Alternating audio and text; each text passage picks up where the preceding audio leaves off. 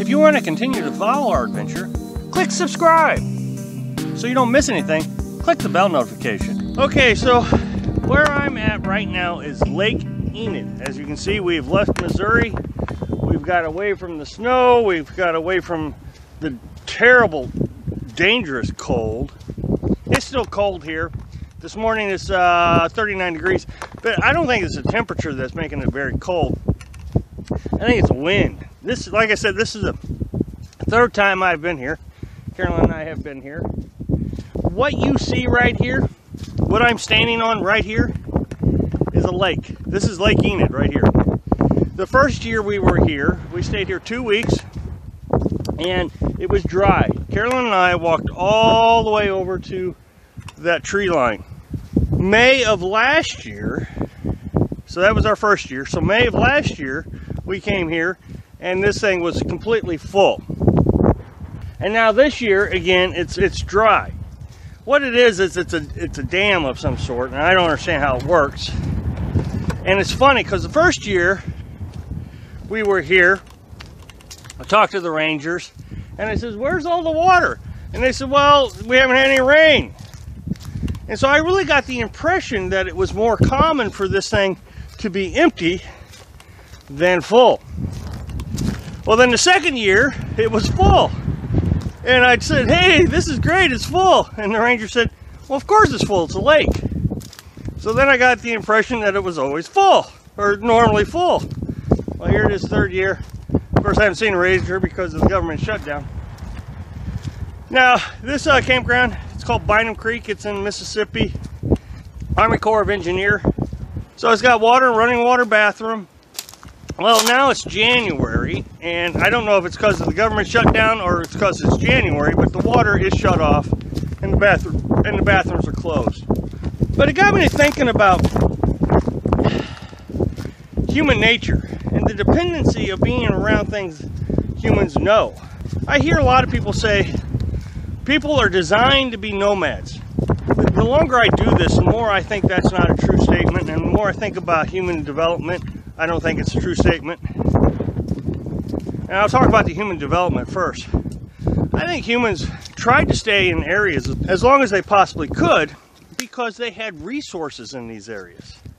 They knew where the food was, they knew where the water was. The only reason people moved and traveled was, one, to get away from cold weather, so they might have migrated, which is not nomadic.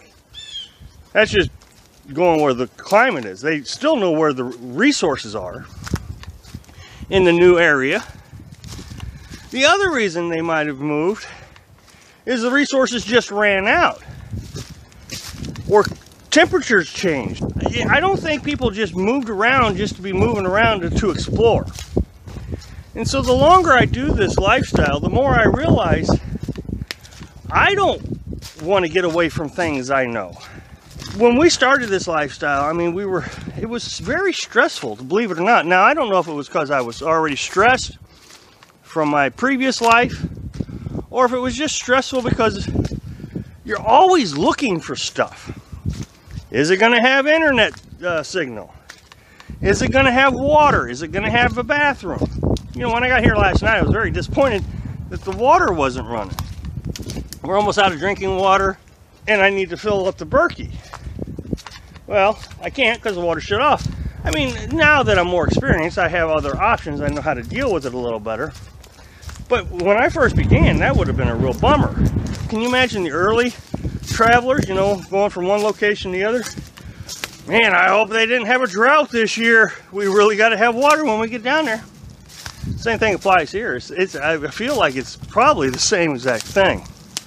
The other thing that was interesting, as we was driving through here, we hadn't planned on stopping, but it was getting late. And I said, you know, Carolyn, maybe we could stop here for the night at this campground, and then we can go into town and get food and different things we need, supplies, because I know where everything's at. I know that the town next to this has a tractor supply company where I can get the propane refilled. I know it's got a Shop and Save or Save a Lot. I can't remember the name, but I know right where the inexpensive food store is. I know where the Walmart is, and I know where the Dollar General is. It's got everything, and I know where it's all at. It's resources I understand. And if you look at other RVers, they tend to always go back to what's familiar. One of the biggest YouTubers, actually both of the biggest YouTubers, tend to always go back to where they've been before. One of them is a younger guy, and every winter he ends up in Florida. Well, that makes sense. He knows Florida, he likes Florida. And then he goes and travels up north for the summer and then comes right back down. Seems to me that's what we're doing. And we really wanted to be nomadic. But you get this sense of security that I don't think that I want to get rid of. I like knowing my resources. We've been doing it for a year and a half. And we went to South Dakota, and it was kind of stressful again, trying to learn where all the water was, campsites, did it have internet? Well, you can't be much of a nomad enjoying the beauty if you're constantly looking for resources. So what I said last year is what Carolyn and I is going to do is we're going to go and just extend our reach a little bit more each year. So for example, maybe this year we'll go further south in Florida. We'll stop at Apalachicola for a while, 2 or 3, 2 to 4 weeks, and then we'll head on further down south. And then when winter starts to break, we'll start heading north, and maybe instead of this time heading up Highway 55, we'll go through Louisiana, just to get ourselves to reach out a little bit more each time. And that way, if something goes wrong, we can turn around and go back to what we know.